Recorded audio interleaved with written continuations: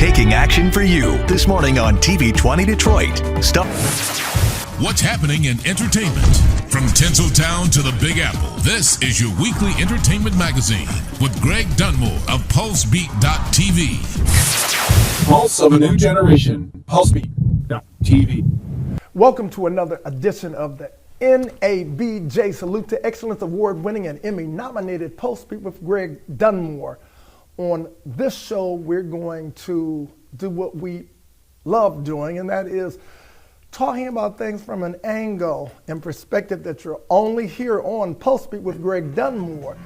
And sadly, the iconic, the genius, the brilliant Sly Stone has passed. And we're going to talk about him in a very special way. But before we talk about him and a few other surprises, we're going to spotlight Donovan Peoples-Jones, who was a Detroit Lions, and now he is a New Orleans Saints. A football player who knows that his blessing is to pass it on, and he's passing it on in this community still in a way that we say, you go Donovan, so stay tuned. On Monday, the New Orleans Saints announced that they have signed veteran wide receiver Donovan Peoples-Jones, 3 years effectively with the Cleveland Browns and then about half a year with Cleveland before being traded over to the Detroit Lions as he looks for sort of a little bit of a career rejuvenation here in New Orleans.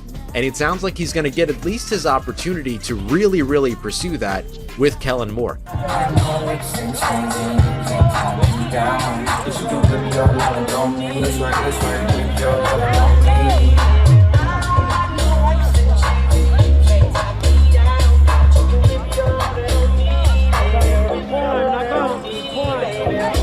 I want the camp MVP.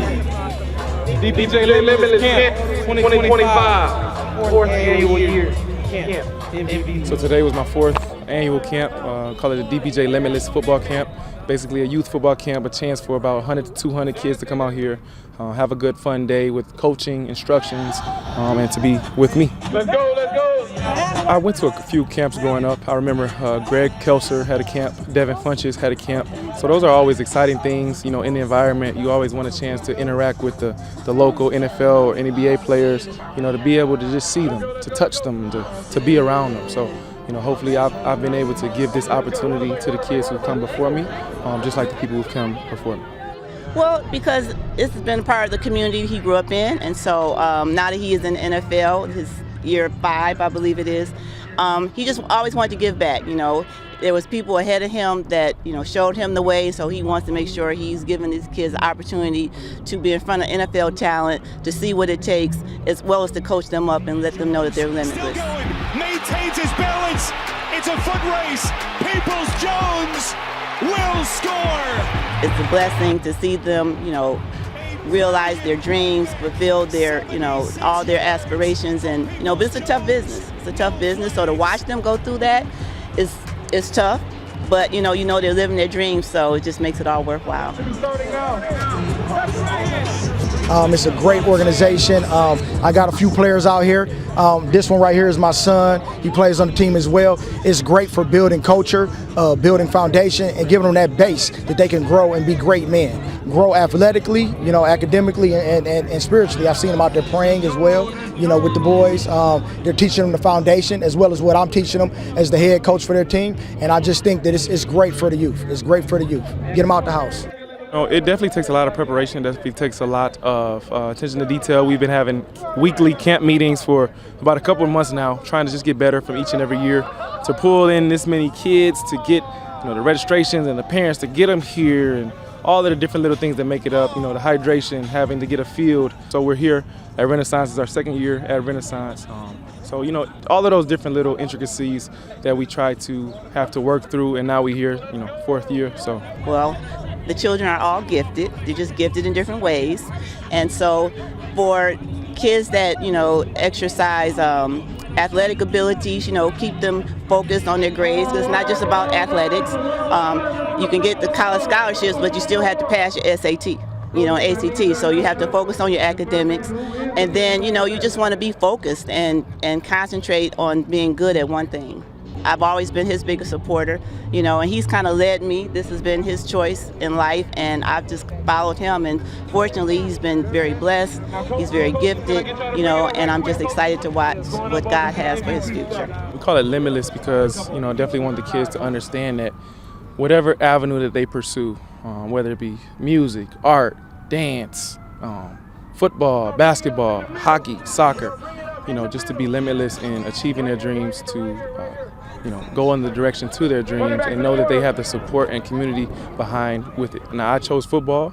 I've always liked football, loved it since I was a young age, but there are other kids who like to do other things as well, and I want those kids to know that, you know, they can be limitless in their approach to achieving their dream. Registration fills up pretty fast, so it's a little difficult. We're working on different metrics for the years to come to smooth out that process, but the registration has been filling up pretty fast, so no requirements really.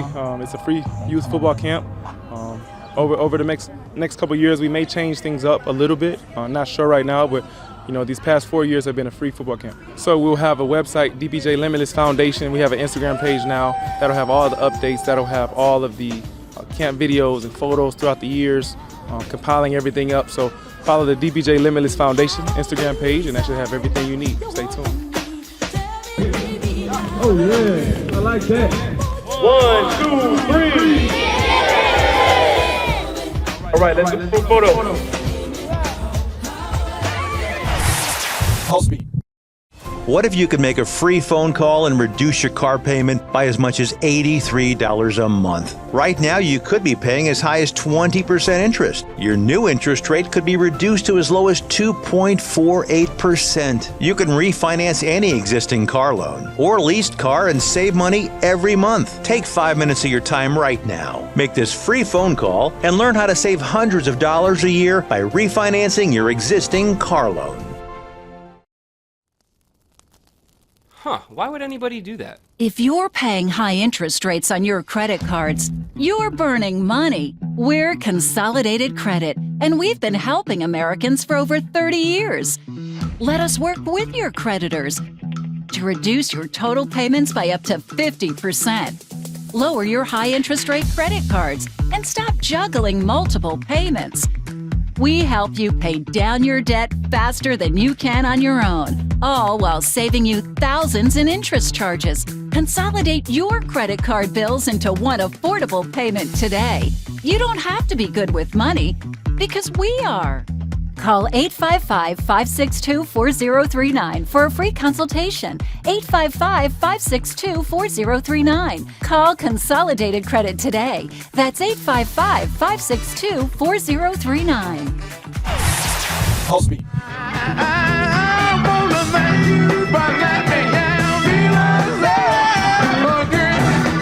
Sadly, Sylvester Stewart, better known as Sly Stone, is no longer here. And I want to kind of revisit a story that I think is very spiritual. I talked to Greg Head, who is the personal manager of a woman he truly loves, and that would be Sheila Brody. Also Amuka Head, who was a bride of Funkenstein, George Clinton's discovery, as well as a always P-Funk all-star. And she knows her personal manager also as her loving husband as well, Greg Head. But Greg, first I want to just kind of revisit the way this unfolded. I talked to you about Sly Stone, and you gave me a story maybe just a few days, the day before Sly Stone had passed, and you told me that, and you were a teenager at that time, and you picked up a vibe between Sly Stone and who else? Let us know the story. As I go along in life, I'm talking to my wife about Sly because she worked with Sly. And so she was telling me all these stories about Sly and how they used to rib and joke about Sly and Doris Day. But, you know. Well, you know what, Greg, I think it was spiritual because I talked to you on June 8th. And that would, of course, been the day before Sly passed. He passed on June 9th. And when you told me about you felt as a teenager there was a love connection between Doris Day and Sly Stone. You didn't know what the rumor was, right? You didn't know at that time. Did you know the rumor, or? No, I had never heard the rumor. So you had never heard Also, there was a rumor. she's nice, man. She really is. And there's no, funny, I'm taking her out or she's taking me out. There's none of that. A lot of columnists. She's a nice lady. A lot of columnists insinuated that Right, was right. something. That's She gave me a car. She gave you a car? She did. I'd like to meet her. I collect cars myself. Yeah. I got car? about An antique car? 11 or 13 some Cars? Yeah. 38 Mercedes. She gave me. Oh. She's so nice, yeah. Yeah. Why did she give you the car? Maybe I'm nice also. But I think it's spiritual because when I did my investigation, I couldn't find any indication that they had ever been on the same TV show at the same time. But I think it was something spiritual that you felt in telling that story, that there was a love connection. And most people don't realize that in Sly Stone's extensive catalog of music, he only did one cover in the entire wonderful epic career, and that would have been Que Sera Sera, which was one of Doris Day's biggest hits. Que sera, sera, whatever will be, will be. The future's not ours to see. Que sera, sera. You've never recorded anyone else's music, have you? And yet in one Doris Day. Yeah, I was going to say, no, he recorded Que Sera Sera on one of your albums. She's a nice lady. Yeah.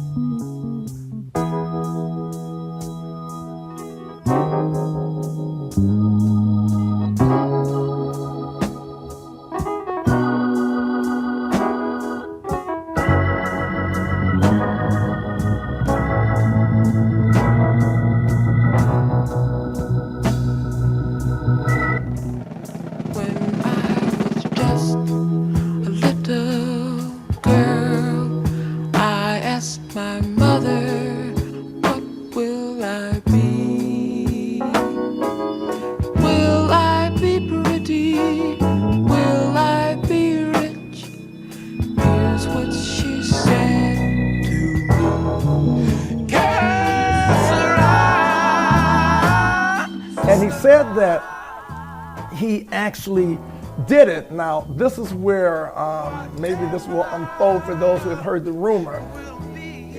Well, to the mother of his son, he was working with her son, Terry Melcher was his name, I believe. And so he did it to salute his friend's mother, and his friend's mother happened to have been Doris Day. And so he said that in his interaction with Doris Day, she was always kind to him. She was always a very lovely person. He said he admired her as a vocalist. And so it just came to him that I'm going to, as a gift to her son, do a remake of her classic, Que Sera Sera, which was recorded in 1956. And he did that recording in 1973. Wow. And so for me, it became one of the most brilliant, the most profound and emotional songs when I hear his version of Que Sera Sera.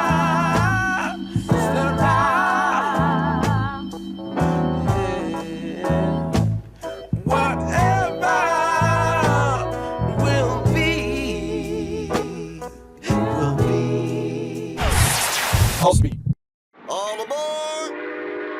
There's a new way to travel, and it's one of the oldest forms of transportation. Travel by train. Yes, consider traveling around the United States on Amtrak.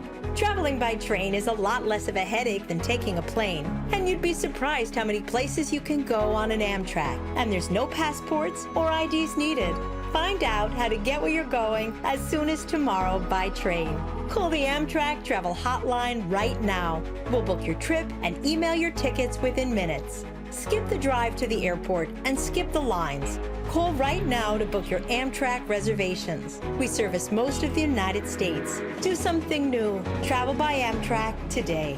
Find out how to get where you're going as soon as tomorrow by train. Call the Amtrak Travel Hotline right now. Call 855-827-5004. That's 855-827-5004. Again, 855-827-5004. Addiction is an epidemic. Millions are struggling and over 100 lives are lost each day. Are you next?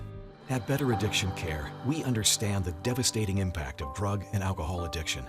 Our network of treatment centers are available 24 hours a day, 7 days a week. It's time to fix the pieces addiction has destroyed. Our network of treatment centers offer detox, therapy, counseling, private luxurious centers, physical fitness, chef-prepared meals, aftercare, and your insurance may cover up to 100% of costs. Only you can put an end to your addiction. It's time to make the life-changing call and get the help you need. Call now, and in just minutes, you could be on your way to a drug and alcohol-free life. The call is free and confidential, and there is no obligation. Visit betteraddictioncare.com or call 855-246-6872. That's 855-246-6872. Has someone in your family lost a job recently, and now you can't afford your mortgage payment? Or do you have a rental property and your tenants aren't paying you? We can come to the rescue and pay you cash for your home immediately. Yes, sell your home and get cash all over the phone without dealing with real estate agents or having to waste time showing your home to lukewarm buyers. You don't need to lose your house to foreclosure. If you have equity in your home, we'll buy your home and give you cash within days, all in a simple over-the-phone and virtual process. Call now before your situation gets worse. Sell a home you can't afford or just need anymore and get the cash you need today. Call this number now. Call 855-348-4713. That's 855-348-4713. Again, 855-348-4713.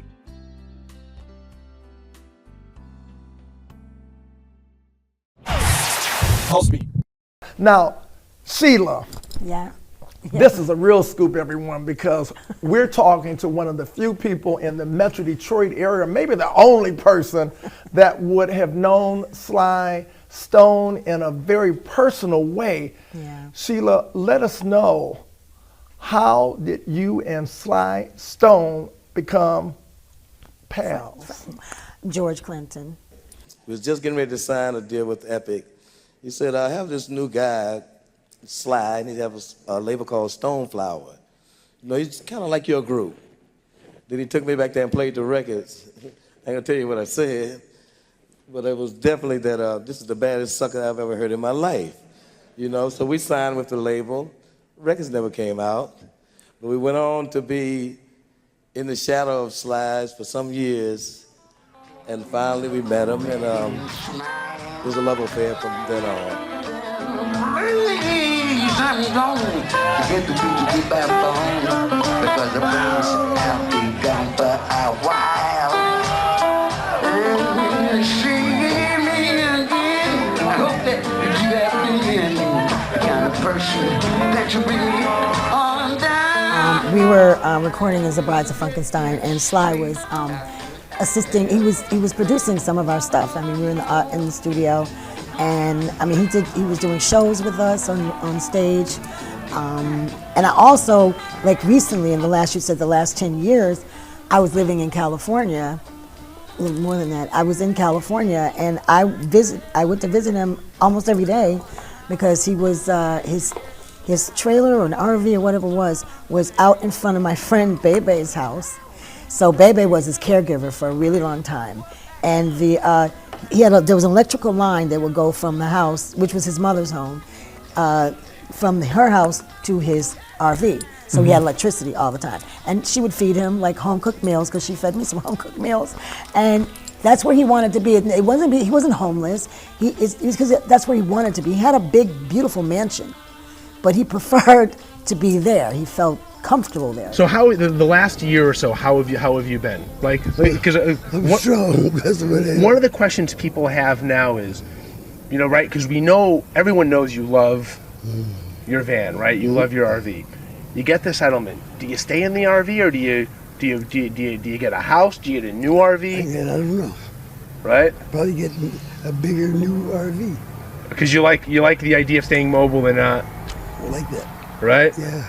Now, in the last decades of his life, when we would see him on very rare occasions, and I would see his picture here and there, he looked as if he was homeless, and that was also something that many of us thought that he was one of those forgotten stars, that maybe he became bankrupt and was living next to nothing on the streets. No, but they, you know about the whole story about his manager that went to BMI and actually took, like, I don't know how they authorized it, but they authorized millions of dollars of his royalty money, which they had no right. But then I think George was definitely a part of that, them finding out that had happened, and that had reversed, and then Sly came into his money, some of his money, and he had a house.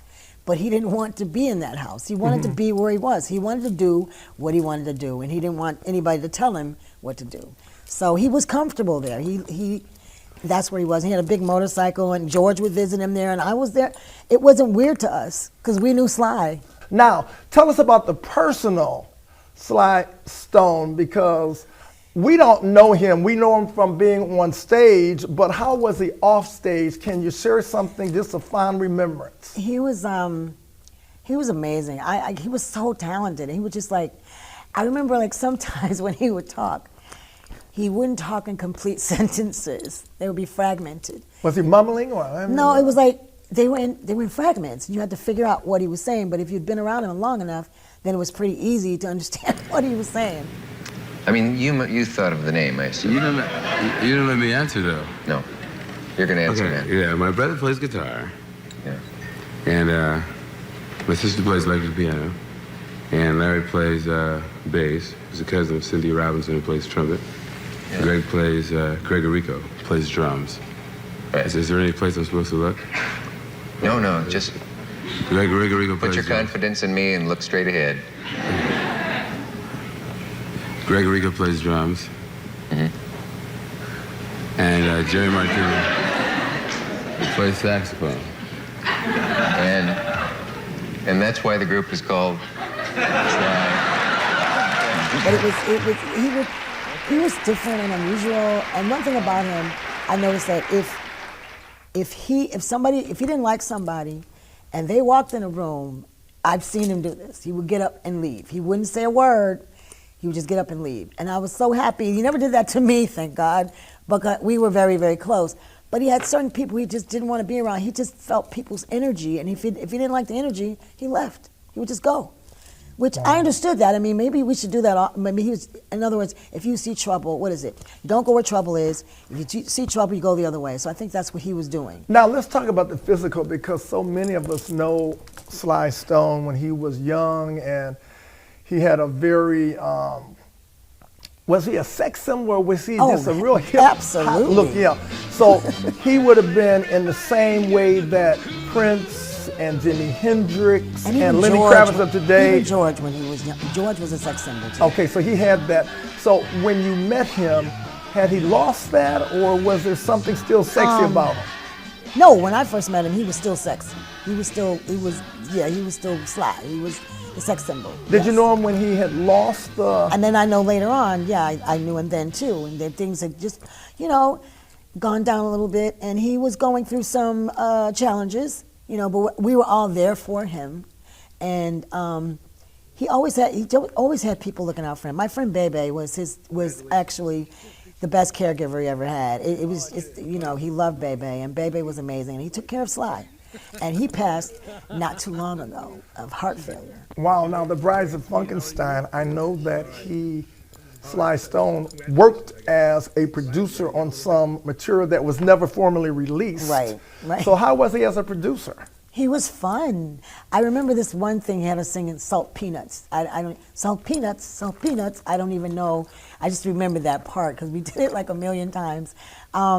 He was very... that's an old phrase from like the 40s and 30s. Salt Peanuts was a song from the old days. I'm like, what is this? So we were just like, we were amazed by him, and we loved him because he was just this great guy. He was a great guy. we did shows with him. And then when I was in California, I got closer to him actually because I was at the house. I was at the house. I was in it. I didn't really go inside the RV though. We didn't really go inside. We just would he would come out. He would come out, and then he had a motorcycle. There was a big motorcycle that he had. It was hand painted. He would come out and George came by and we took pictures. I gotta find the pictures. But everybody just came to visit him there. And we didn't have a problem with, it was the rest of the world that had a problem with him living in that RV. We didn't have a problem because we understood him. He's always doing music, always. Wow, you know what? This studio in Northwest Detroit, we had an opportunity to interview somebody that is very seldom interviewed, and that is Donnie Simpson. Oh, I love So we're Donnie. actually in the same studio that Donnie Simpson was interviewed in.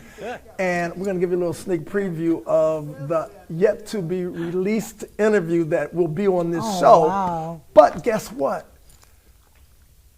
I would consider Donnie Simpson to be one of the greats as it relates to his take on any musician, especially in pop culture. Yes. And who is black because he was with BET and he covered everybody. Right. So let's take a look at Donnie Simpson's take on the now late great Sly Stone. Awesome. And he started out as a DJ. So, I love that because that's what I did for most of my life. But I actually got to spend time with him one night in the studio, in the recording studio. And it was the most fascinating thing because he was working on 3 songs at the same time. It's like, who does that? Sly. He would just tell engineer, put up such and such, and then he'd go over and he'd just, he'd lay down a line, All right, put up some. It's like, how do you work like that? You gotta be Sly. Just one of a kind. I remember way back when I was in Detroit, I grew up in Detroit, and Sly had a reputation for not showing up for his concerts, as you all know. You bought a ticket, you had like a 50-50 chance of seeing him, right? Well, they had Sly on the 6 o'clock news that night with the sheriff saying, I have him here with me. He will be here tonight. He will be on stage. He didn't make it. I don't know what happened between 6 and 8, but he didn't make it, man. Sly was just something, man. He was just rock and roll to me. I just love people who dare to be different, and that was Sly. Well, I guess today was an appointment that he couldn't miss. That call we all get. So, safe journey home, my brother. I'm honored to have known you just a little bit, to have spent some time with you, but to have known you a whole lot through your music, man. God bless you and thank you for all that you gave us. Thank you, thank you, thank you. Never being down, that's what it's all about.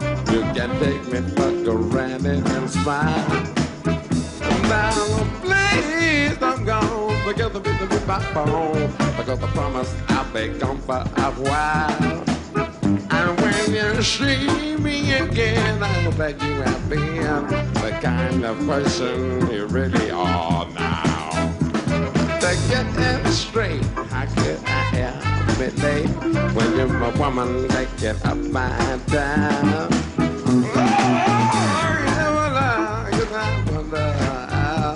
When you get out of pocket from